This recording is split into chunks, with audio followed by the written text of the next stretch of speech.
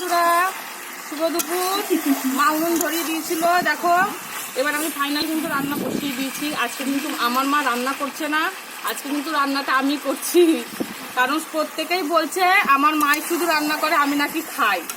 তো ঠিক আছে, আজকে ওই জন্য আমি রান্না করছি। আজকে মাকে বললাম অনেকদিন মাংস খাওয়া হয় না, তো আজকে রোববার আছে, মা একটুখানি মাংস নিয়ে আসো, তাই জন্য মাংস রান্না হচ্ছে।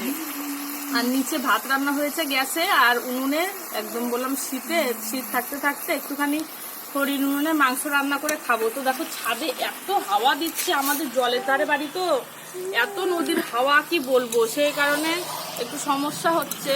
আর একটু বেলা করে রান্নাটা বসিয়েছি। আজকে আর অন্য কিচ্ছু রান্না হয়নি, আজকে শুধু এই চিকেন কষা দিয়ে ভাত খাবো, আর কিচ্ছু না। গরম গরম ভাত আর এই চিকেন কষা দিয়ে ভাত খাবো, আর অন্য কোনো পদ রান্না করিনি। মাকে বলেছি আজকে আর অন্য কিছু পদ রান্না করবে না, আজকে শুধু এই দিয়েই ভাত খাবো।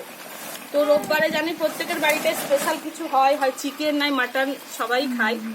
তো কারা কারা খাচ্ছ জানাও। খুব মাছ খেলাম, আর ভালো লাগছে না খেতে মাছ।